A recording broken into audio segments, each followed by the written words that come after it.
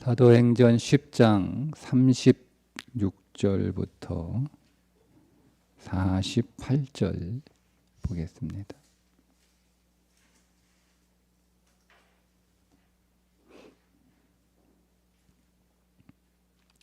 함께 읽습니다. 만유의 주 되신 예수 그리스도로 말미암아 화평의 복음을 전하사 이스라엘 자손들에게 보내신 말씀 곧 요한이 그 세례를 반포한 후에 갈릴리에서 시작하여 온 유대에 두루 전파된 그것을 너희도 알거니와 하나님이 나사렛 예수에게 성령과 능력을 기름 붓듯 하셨음에 그가 두루 다니시며 선한 일을 행하시고 마귀에 눌린 모든 사람을 고치셨으니 이는 하나님이 함께 하셨음이라. 우리는 유대인의 땅과 예루살렘에서 그가 행하신 모든 일의 증인이라.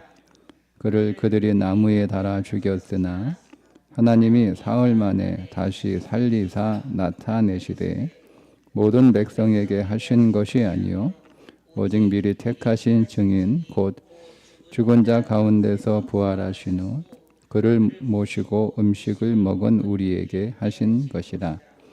우리에게 명하사 백성에게 전도하되 하나님이 살아있는 자와 죽은 자의 재판장으로 정하신 자가 곧 이 사람인 것을 하셨고 그에 대하여 모든 선지자도 증언하되 그를 믿는 사람들이 다 그의 이름을 힘입어 죄 사함을 받는다 하였느니라.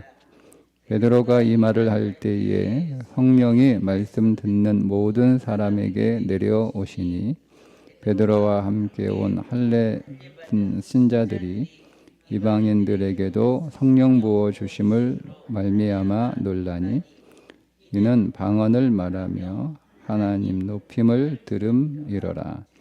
이에 베드로가 이르되 이 사람들이 우리와 같이 성령을 받았으니 누가 능히 물로 세례 베품을 금하리요 하고 명하여 예수 그리스도의 이름으로 세례를 베풀라 하니라. 그들이 베드로에게 며칠 더 머물기를 정하니라. 아멘. 베드로가 고넬료 집안에 모인 사람들에게 복음을 설교하는 내용인데요. 베드로가 설교를 시작하는데 이렇게 시작을 합니다. 36절에 만유의 주 되신 예수 그리스도로 말미암아 화평의 복음을 전하사 이스라엘 자손들에게 보내신 말씀이다. 이렇게 시작합니다. 그러니까 첫 설교의 내용이 화평입니다. 화평.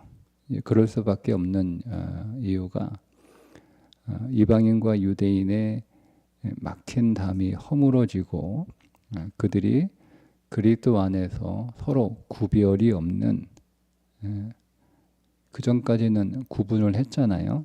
유대인, 이방인 이렇게 구분을 했으나 이제는 더 이상 구분이 없는, 그래서 유대인이 이방인의 집에 들어가는 것이 불법이었으나 이렇게 고넬료 집에 와서 우리 유대인이 당신들 이방인의 집에 오는 것이 불법이지만 하나님이 가라고 해서 이렇게 왔다라고 할 만큼 그 이전까지는 유대인과 이방인을 구분하는 것이 그들의 법이었습니다. 그러니까 서로 담이 있는 거죠. 그래서 지금 자신이 이방인의 집에 들어온 것은 예수 그리스도가 그 막힌 담을 허물고 구분을 없애는 화평케 하시는 그 복음 때문에 내가 여기에 오게 되었다. 그래서 이 화평을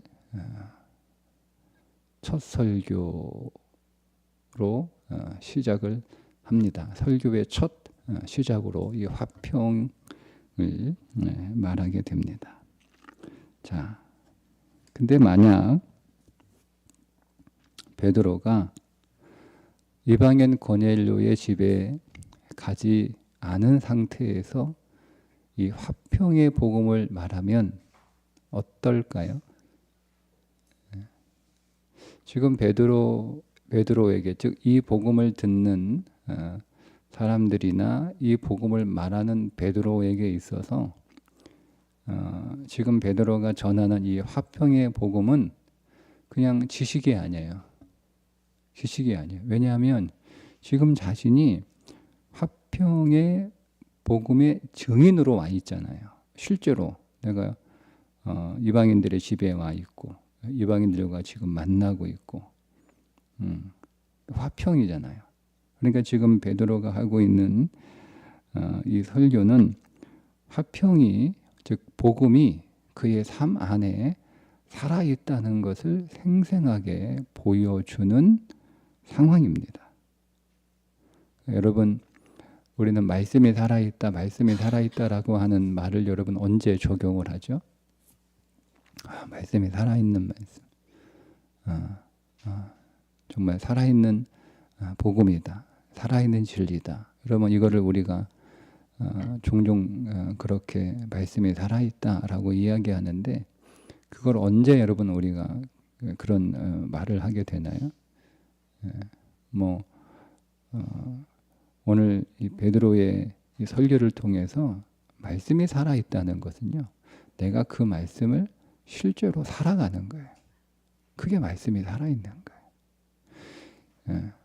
내가 근데 그 말씀을 살아가지도 않아요. 그러니까 내가 화평을 자기의 삶 속에 적용하지 못하는 거죠. 그러면 그 말씀은 내가 베드로가 아무리 화평을 얘기해도 그에게 화평은 죽은 거예요. 죽은 말씀이에요. 듣는 사람도 그 말씀은 살아있는 말씀이 아니에요. 그냥 죽은 말씀이에요. 지식에 불과한 거예요. 그냥 입으로 떠드는 것에 불과한 거예요. 그런 신앙을 죽은 신앙이다라고 얘기하는 거예요. 그러니까 살아있는 신앙은 뭐가 살아있는 거예요? 막 내가 막 뜨겁고 내가 막 열심히 신앙생활하고 막 그렇게 막 움직이는 게 그게 여러분 살아있는 신앙입니까? 그건 얼마든지 육신으로 얼마든지 할 수 있어요. 종교생활은 종교생활하는 사람들이 다 뭐 죽어 있나요? 종교생활하는 사람들이 다 뭐 억지로 하고 뭐 힘없이 하고 그렇게 하나요? 안 그렇잖아요. 종교생활하는 사람들도요. 다 우리보다 더 뜨겁게 열심히 그렇게 종교생활합니다. 그러니까 우리가 그렇게 우리의 열심과 우리의 뜨거움으로 신앙생활 한다고 해서 그 신앙이 살아있다라고 말하는 건 아니에요. 그러니까 정말 그 신앙이 살아있는 신앙이다. 우리는 뭘 보고 얘기해야 되냐면 말씀이 그에게 살아있냐 이거예요. 말씀이 나에게 살아있냐는 거예요. 말씀이 내게 살아있으면 내 신앙이 살아있는 거고요. 말씀이 내게 죽어있으면 내 신앙도 죽어있는 거예요. 그래서 야고보서에서 행함이 없는 믿음은 죽은 믿음이다 이렇게 얘기하는 거잖아요. 왜 죽어 있어요? 그 사람이 뭐 신앙생활이 뭐 힘이 없어서 죽어 있어? 그건 아니잖아요. 말씀이 그에게 살아 있지 않아요. 그 말씀이 지식으로만 있는 거죠. 그냥 말씀이 그의 머릿속에만 있는 거예요. 그래서 지금 베드로가 고넬료의 집에서 실제로 이방인들과 그 막힌 담이 허물어진 그 말씀에 적용을 하고 있는 그 상황에서 지금 베드로가 말하는 이 화평의 복음은 살아있는 말씀이기 때문에 그 이 화평의 복음을 듣는 자들에게 말씀이 생생하게 전달이 되는 거예요. 말씀을 여러분 쭉 읽어보시면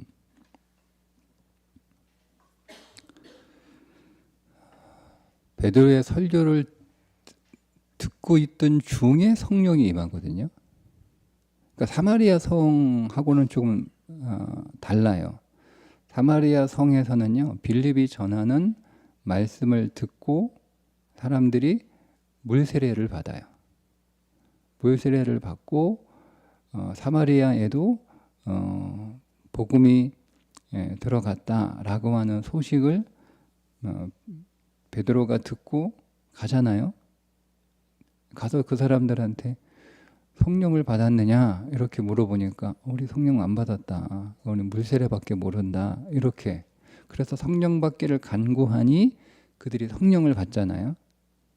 그런데 고넬료 집에서는 이게 바뀝니다. 말씀을 전하는 중에 그들이 성령을 받아요. 그리고 그들이 성령 받은 것을 눈으로 확인합니다. 그러니까 성령 받았다라고 하는 증거가 있어야 되는 거예요. 그러니까 자신들은 나만 성령을 받았다라고 생각하고 다른 사람이 내가 성령을 받았다라고 확인을 못하면 그거는 성령 받은 것이다라고 말하기 어렵다는 거죠. 오늘 이 고넬료 집안에서 있었던 사건만을 보면 그러니까 사람들이 성령 받았음을 알아요. 방언과 하나님을 경외하는 삶이 거기서 나타난 거예요. 그래서 저 사람들이 성령을 받았는데 어떻게 세례를 안 주냐, 이방인이라고 어떻게 세례를 안 주냐 해서 세례를 주거든요. 그러니까 바뀌었죠. 사마리아에서는 세례를 먼저 주고 그 다음에 성령이 임했지만 이 고넬료의 집에서는 성령이 먼저 임하고 그 성령이 임한 것이 확인되고 난 뒤에 물세례를 줍니다. 근데 왜 이런 일이 벌어지냐면 물론 다르죠. 사마리아 사람들하고 그들이 이스라엘 백성 유대인들에게 있어서 좀 배척되는 그런 사람들이지만 어쨌든 그들은 같은 믿음의 후손들이니까 또 이 사람들은 고넬료의 집에 있는 사람들은 물론 이 철저하게 이방인들이니까 좀 다르긴 하지만 그런데 그런 어떤 혈통에 의한 차이를 성경이 말하기보다는 이제 점점 복음이 점점 이렇게 확산되면서 우리의 신앙이 지식에 머물러 있는 신앙이 아니고 정말 그 말씀이 우리에게 살아있는 말씀이 되어야 한다는 것을 성경은 더 강조하고 있다는 것을 우리가 묵상할 필요가 있습니다. 그래서 베드로의 설교가 생생한 설교였죠. 정말 살아있는 설교였죠. 그러니까 사람들에게 그냥 지식으로만 전해지는 게 아니에요. 지식으로만 전해졌다면 그들에게 그 말씀을 듣는 중에 성령이 임하는 일이 없었을 수도 있어요. 근데 그 말씀이 그들에게 살아있는 말씀으로 들리잖아요. 왜? 진짜 베드로가 자기 집에 들어올 수 없는 사람이 유대인들을 너무 잘 알아요. 뭐 거기서 하루 이틀 산 것도 아니고.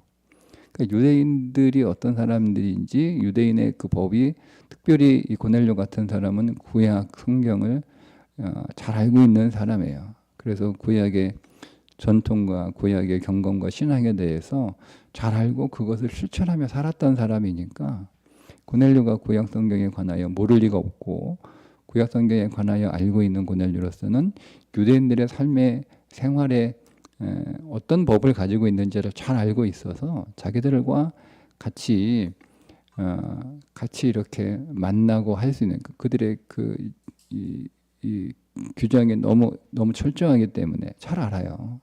그러니까 베드로가 부정한 유대인의 입장에서는 부정한 사람들이잖아요. 그 부정한 자기들의 집에 들어온다는 것 자체가 이게 얼마나 엄청난 일인지. 여러분 이게 얼마나 엄청난 일이냐면 이제 10장에 넘어가시면 이게 이제 문제가 돼요. 교회가 시끄러워집니다. 이 문제 가지고. 그러니까 우리는 이게 교회가 시끄러워질 일인가 이렇게 보겠지만 베드로가 이방인의 집에 가서 이방인들과 같이 지냈다라고 하는 이방인에게 가서 복음 전한 게 뭐가 문제가 돼요? 복음을 전하는데 한 사람이라도 더 구원해야 되는데 그 구원을 위해서 우리가 못할 게 뭐가 있어요? 이거는 지금 우리 생각이고 그 당시 초대교회의 유대 그리스도인들의 생각은 달라요. 그러니까 이게 교회가 완전히 뭐 심하게 얘기하면 교회가 뒤집어지는 거예요. 그래서 재판까지 가요. 그러니까 재판장이 열리는 건 아닌데 재판까지 가는 거예요. 베드로가 그럴 사람은 아니잖아요. 그렇게 베드로를 막대할 수 있는 베드로의 존재가 아니잖아요. 네? 그러니까 이게 얼마나 엄청난 문제예요. 엄청나. 그러니까 그 십자가의 관점에서 보면 고넬료가 이 사안이 도대체 얼마나 엄청난 사건인지를 정확하게 알고 있는 거예요. 근데 그 베드로가 화평의 삶을 지금 보여주고 있잖아요. 근데 그 화평의 삶을 보여주고 있는데 그게 설교가 화평으로 시작되는 거예요. 그러니까 그 말씀이 자기들에게 실제로 들어오는 거예요. 실제로.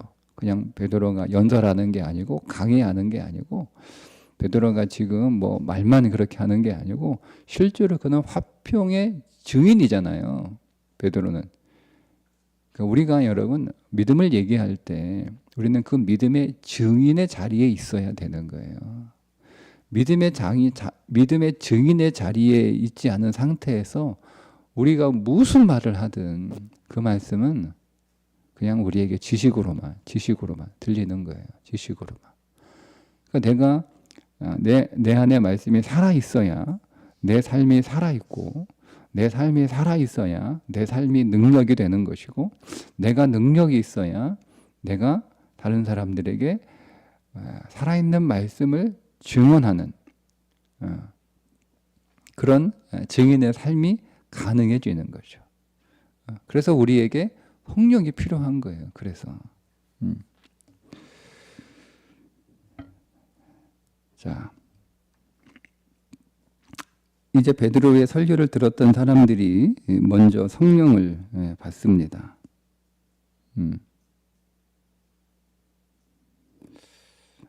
그리고 성령을 받았음을 보여주는 행함이 그들에게 나타났기 때문에 사람들이 성령 받았음을 확인하는 거잖아요.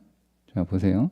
45절에 베드로와 함께 온 할례 받은 신자들이 이방인들에게도 성령 부어 주심으로 말미암아 놀라니 깜짝 놀라는 거예요. 그러면 거기 있는 사람들이 고넬료의 집에 있었던 고넬료와 그가 불렀던 사람들이 성령 받았은 걸 어떻게 알아요? 어떻게 알아요? 뒤에 이어지는 말씀에 나오죠. 46절에 이는 방언을 말하며 하나님 높임을 들음이로라 라고 한 증거가 뚜렷하게 나타났어요. 그러니까 그걸 보고 안 거예요. 자, 보세요. 자, 이것은 예수님의 사역을 소개하는 38절에서도 같은 그 맥락에서 지금 베드로가 설교하고 있거든요. 자, 38절에 보시면 하나님이 나사렛 예수에게 성령과 능력을 기름 붓듯 하셨음에 그가 두루 다니시며 선한 일을 행하시고 마귀에게 눌린 모든 사람을 고치셨으니 이는 하나님이 함께 하셨음이라. 그러니까 어떤 공식이 있냐면 보세요. 성령과 능력, 그 성령과 능력은 선한 일인 거죠. 그죠? 그것은 곧 하나님이 함께 하심이라는 공식이 만들어져요. 38절에 보면. 그러니까 예수님조차도 그분에게 성령과 능력이 기름 붓듯했다라고 하는 것을 어떻게 알 수 있냐? 아니, 당연히 예수님이니까 성령과 능력이 기름 붓듯 부어지겠지라고 우리가 할 수 있는데 성경은 베드로는 그렇게 설교하지 않아요. 그분에게 성령과 능력이 기름 붓듯 임했던 것은 어떻게 우리가 알 수 있냐면 그분이 선한 일을 행하셨다라고 하는 그 예수님의 행하심을 보고 그 예수님에게 성령과 능력이 기름 붓듯 임했다라고 하는 것을 확인했다는 거예요.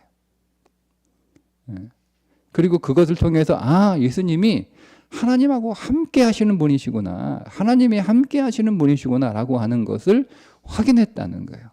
이게 공식이거든요. 예수님도 이런 공식의 삶을 사셨어요. 근데 예수님도 그런 아니 그런 증거가 하나 없어도 그분은 하나님이시잖아요. 그런데 불구하고 그 예수님은 선한 일을 통하여 성령과 능력이 기름부터 부었다라고 하는 것을 증거하셨고, 선한 일을 통하여 하나님이 함께하는 분이라고 하는 것을 증거하신 거예요. 이게 믿음의 공식인 거죠. 마찬가지 여러분, 우리도 신앙생활을 하게 될 때 오늘 복음이 우리 안에 정말 살아있는, 그리고 내가 살아있는 복음을 증언하는 그런 증인의 삶을 살아야 되는데, 그것은 그냥 성경을 지식으로 말한다고 해서 물론 항상 그런 건 아니죠. 예외의 경우도 있겠죠. 예외의 경우도 그 사람이 복음을 지식으로 배우고 복음을 살지 못하지만, 예외적인 경우에 그렇게 복음을 살지 못하는 사람의 입을 통해서도 복음이 살아있는 복음으로 나타나기도 해요. 그러나 그거는 특별한 경우이고요. 일반적인 보편적인 경우는요, 말씀이 내 안에 살아 있어야 돼요. 말씀이 내 안에. 그 말씀이 살아 있다라고 하는 것은 내가 그 말씀을 살고 있어야 돼요. 그 말씀을 내가 살고 있을 때 그 말씀이 내 안에 살아 있어서 그 살아있는 말씀이 내 삶을 먼저 생명으로 만든다고요. 먼저 생명으로. 그러니까 예수 그리스도 안에 있는 모든 사람들은요, 항상 생명이에요. 항상 생명이에요. 이거는 진리거든요. 그런데 우리가 내가 예수 그리스도를 믿는 사람이지만 내가 내 삶에서 어떤 생명을 잘 경험하지 못하고 있으면 복음이 문제가 아니에요. 말씀이 내 안에 살아있지 않기 때문에 그런 거예요. 그러면 어떻게 해야 되냐, 여러분. 경건에 막 이렇게 힘쓰는 종교 생활을 여러분 더 막 이렇게 하려고 애쓸 필요는 없어요. 내가 그러면 더 기도해야 되나? 내가 예배를 더 드려야 되나? 내가 성경을 더 읽어야 되냐? 내가 교회에서 사역을 더 해야 되냐? 그게 아니에요, 여러분. 처방은 그게 아니에요. 그건 처방이 될 수 없어요. 우리가 그것을 처방으로 자꾸 삼게 되면 결국 어떻게 되는 거예요? 우리는 악순환은 반복되는 거예요. 조금 종교생활 열심히 하다가 그죠? 그러니까 종교생활 좀 열심히 하는 그런 상황들이 생길 거 아니에요. 교회가 뭐 특세를 한다던가 뭐 이런 거 하면 안 하다가 하게 되면 내가 좀 안 하던 거 더 하니까 왠지 좀 살아있는 것 같죠? 그거 끝나면 도로 수그러 들잖아요. 왜 그래요? 종교생활로 그렇게 오늘 우리의 신앙을 살아나게 할 수 없어요. 그러니까 계속 반복되는 거. 이 한국교회 패턴이었어요. 계속 패턴이었어요. 그러니까 점점 종교화되는 거고요. 점점 성도들은 그 안에서 지쳐가는 거예요. 아니에요, 여러분. 그렇게 하지 마세요. 뭘 확인하세요? 말씀이 여러분 안에 살아있는가를 확인하시면 돼요. 말씀이 내게 살아있는가? 말씀이 내게 살아있는 말씀인가? 화평의 말씀을 베드로가 알고 있어요. 예수님의 죽으심이 화평인 거 베드로가 너무 잘 알아요. 근데 나는 지금 화평을 살고 있는가? 나는 화평을 살고 있는가? 여전히 이방인과 유대인을 구분하고 있고, 그것이 법이니까. 법이나요, 법이잖아요. 베드로가 하기 싫어서가 아니에요. 그게 법이기 때문에 그래요. 그 법을 지키기 위해서 나는 못 간다는 거예요. 못 만난다는 거예요. 내가 당신 집에 가면 내가 부정해져. 내가 부정해지면 내가 정결해지기 위해서 일주일간 격리 생활을 해야 돼. 그럼 내가 일주일 동안 내가 아무것도 못해. 내가 복음을 전하는 사람이고, 내가 사역하는 사람인데 내가 부정해지면 내가 아무것도 못하면 그거는 하나님 나라를 위해서 유익하지 못한 거잖아. 여러분 이런 이야기가 우리 안에 너무너무 많지 않습니까? 이게 법이고 이게 신앙이고 그러니까 여러분 베드로가 화평의 복음을 이야기하면 그 다음 이야기가 십자가예요. 나무에 달려. 십자가라는 단어를 써도 되거든요. 근데 나무라는 단어를 써요. 유대인들에게 나무는 저주입니다. 저주. 그러니까 내가 저주를 당하는 거잖아요. 그러니까 저주가 저주를 당하는 거. 십자가에서 예수님이 저주가 되셔서 저주를 받으신 거잖아요. 그래서 그 저주가 끝난 거예요. 저주가 저주를 받아 끝난 거예요. 이게 신학적 원리인데, 여러분 복음이 내 안에 살아있으려면요, 결국 우리는 어떤 선택을 해야 되냐면 손해보는 선택을 하셔야 돼요. 그러니까 우리가 왜 말씀을 못 살아가느냐, 말씀이 왜 우리 안에 안 살아있느냐, 말씀을 우리가 이미 알고 있지만 그 말씀이 내 안에서 살아있는 말씀이 왜 못 되느냐, 손해 안 보려고 하니까 말씀이 죽어있는 거예요. 그 저주가 뭐예요? 저주가 손해보는 거잖아요. 저주가 손해보는 거예요. 내가 손해보는 거예요. 아, 내가 이렇게 하면 요 앞에 이익이 있다니까요. 근데 말씀이 내 안에 살아있는 정말 생명의 삶을 살기 위해서는 그 이익을 내가 포기하는 거죠. 그러니까 이런 포기 없이 말씀이 우리 안에 살아있을 수는 없어요. 말씀이 살아있을 수 없어요. 그러니까 성도들이 여러분 왜 그렇게 수없이 많이 설교를 듣고 수없이 성경을 배우고 그렇게 오랫동안 교회 다니면서도 왜 우리 안에 말씀이 살아있지 않는가? 우리가 손해보지 않으려고 하기 때문에 그래요. 항상 내 손해를 복구, 내가 어떤 손해를 봤어요? 그 손해를 복구하는 방법이 우리 안에 있어요. 그래서 죄는 욕심에서 나오는 거예요. 그러니까 욕심이라고 생각하면 우리는 뭔가를 더 이렇게 가지려고 하는 걸 욕심으로만 생각하는데, 여러분 그건 아니고요. 여러분이 가질 수 있는 것, 정당한 것을 포기하지 않는 것도 욕심이에요.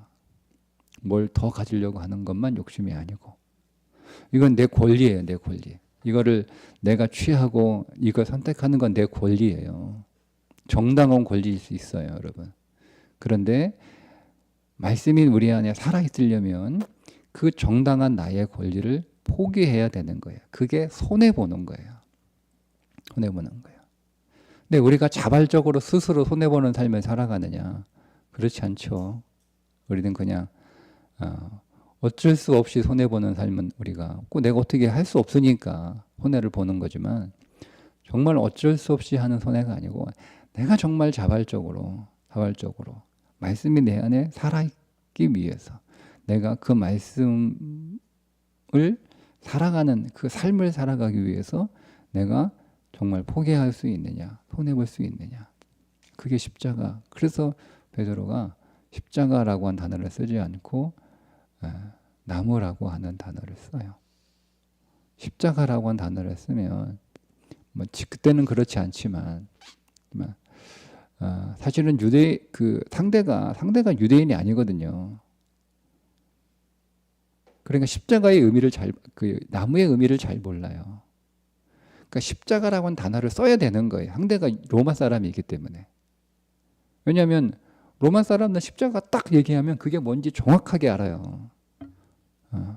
근데 유대인이 아닌 유대인들에게 나무는 그 의미가 정확하거든요. 저주라는 정확한 의미가 전달이 돼요. 그 유대인들한테 설교할 때는 베드로가 나무라고 하는 것을 사용한 게 충분히 이해가 되는 거예요. 근데 왜 로마 사람에게 십자가라고 안 하고 나무라고 썼을까? 메시지가 있는 거죠. 형벌 수준이 아닌 거예요. 형벌 수준. 이거는 저주인 거예요. 예수님이 이 막힌 담을 화평케 하기 위해서 스스로 저주가 되신 거잖아요. 스스로 저주가 되신 것도 이거는 있을 수 없는 일인데, 스스로 저주가 되신 분이 또 저주를 받잖아요. 그 메시지를 전하고 싶은 거예요. 그래서 내가 손해보는 거죠. 베드로가 여러분 이 일 때문에 10장에서 한번 큰 곤욕을 겪고요. 15장에 이 일이 또 한 번 나와요. 그러니까 이게 쉽지 않은 문제라니까요. 10장의 교회가 한번 뒤집어져요. 이 문제 때문에, 이방인 문제 때문에. 그리고 거기서 해결이 된 줄 알았어요. 근데 15장에 가서 또 한 번 불거지는 거예요. 그러니까 그 정도로 심각하면, 그러니까 베드로는 손해 본 거예요. 자기가 손해 본 거예요. 자기가 그렇잖아요, 여러분. 자기가 이 일을 통해서 자기에게 어떤 일이 닥칠지를 베드로가 몰랐을까요?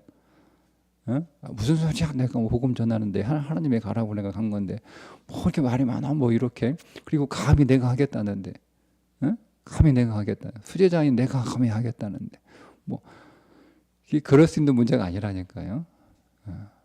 이건 우리가 그렇게 낭만적인 일이 아니에요. 우리는 지금에 와서 이거를 굉장히 낭만적인 사건으로 보는데요. 엄청난 사건이 엄청난 사건. 그래서 초대교회는 살아있는 교회였던 거예요. 왜 살아있어요? 초대교회로 돌아가죠. 그러면 초대교회가 예배를 어떻게 드렸는지 그건 다 쓸데없는 거예요. 초대교회로 돌아가려면 딱 하나예요, 여러분. 두 개가 살아있었어요. 예수 그리스도가 살아있었어요. 오늘 베드로 설교 보세요. 정확하게 예수 그리스도예요. 예수 그리스도의 죽음과 부활을 정확하게 얘기하고 있죠. 다른 뭐 이런 거 철학적 이런 얘기 안 해요. 그분이 죽으셨고 그분이 부활하셨다는 거예요. 이 모든 것은 말씀에 기록된 대로 되었다는 거예요. 이게잖아요. 이미 선지자들이 얘기한 거다. 선지자들이 얘기한 대로 그분이 오셔서 죽으셨고 살아나셨다. 예수님이 말씀을 사셨다는 거잖아요. 예수님이 말씀을 사셨다는 거예요. 그분이 단순히 죽고 부활한 건 그냥 죽고 부활한 그 어떤 기적적인 사건이 아니고 이미 구약의 많은 선지자들이 이미 수천 년 동안 예고했던 그 일이 성취가 된 거예요. 그 말씀을 예수님이 사신 거예요. 그러니까 나도 지금 그 말씀을 살아가고 있는 거죠. 내가 화평을 지식으로 말하는 게 아니고 내가 진짜 화평이 된 거잖아요. 적용해서. 그러니까 이 말씀이 살아있는 거예요. 이 말씀이 살아있으니까 그 듣는 사람들에게도 그 말씀을 살아있는 말씀으로 들어가니까 이 사람들이 말씀을 듣는 중에 성령이 임하는 거잖아요. 성령이 임하는 거죠. 그러니까 사실은 이 고넬료와 그 사람들의 믿음에 의해서 성령이 들어간 것이기도 하지만 또 한편으로 보면 베드로의 살아있는 믿음 때문에 그들에게도 성령이 임한 것이다라고 볼 수 있는 것이고, 그러니까 그 성령이 살아있는 성령이잖아요. 그냥 어떤 종교적 엑스타시가 아니고 진짜 살아있는 성령. 그러니까 종교적 엑스타시도 있어요, 여러분. 교회 안에서. 구분하셔야 돼요. 그러니까 증거가 뭐냐? 이 사람 말하잖아요. 증거를 정확하게 보지 않습니까? 방언하는 것, 그리고 하나님을 경외하는 그것들을 그들이 보잖아요. 그러면 오늘 말씀, 오늘 이 사건에서 우리가 얻게 되는 메시지는 제가 계속 말씀드린 것처럼 우리 안에 말씀이 살아있어야 돼요. 그게 살아있는 신앙이에요. 종교적 열심 이전에 말씀이 살아있어야 돼요. 그 말씀이 살아있을 때 우리가 종교적 열심이 아니고 믿음의 열심을 발휘하는 거예요. 근데 말씀이 살아있지 않으면 그의 열심은 종교적인 열심이에요.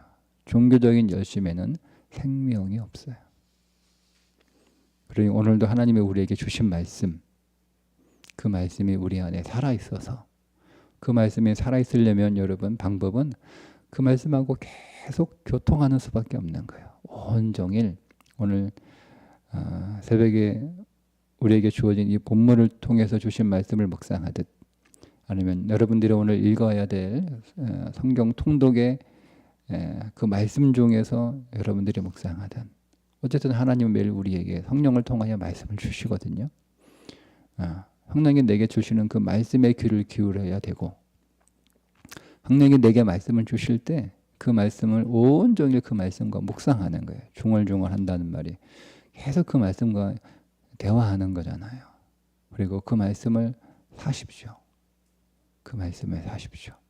그러면 그 말씀은 여러분들에게 살아있는 말씀, 말씀이 살아있으면 여러분의 삶이 살아납니다. 여러분의 삶이 살아나면 여러분 곁에 있는, 여러분이 있는, 혹은 여러분이 곁에 있는, 여러분을 만나는 사람들이 살아납니다. 그것이 생명의 삶입니다. 오늘도 그 생명의 날이 되시기를 주님의 이름으로 축복합니다. 기도하겠습니다. 하나님, 오늘 우리에게 주신 말씀이 지식이 되지 않게 하시고 주문이 되지 않게 하시고 그 말씀이 우리에게 살아있는 말씀이 될 수 있도록 주님이 나무에 달려 저주가 되셔서 저주를 받으신 것처럼 우리가 말씀이 살아있기 위하여 혹 우리의 이득을 포기하고 우리가 손해보아야 되는 일이 있다 할지라도 우리는 육신의 이득보다 영원한 생명의 말씀, 그 영원한 상급을 선택하는 지혜로운 삶을 살게 하여 주셔서 우리 안에 말씀이 살아있어 내 심령이 살아나게 하시고 나의 살아남으로 내 주위에 있는 모든 것들이 더 살아나는 놀라운 생명의 삶이 되게 해 주옵소서. 예수님의 이름으로 기도합니다. 아멘.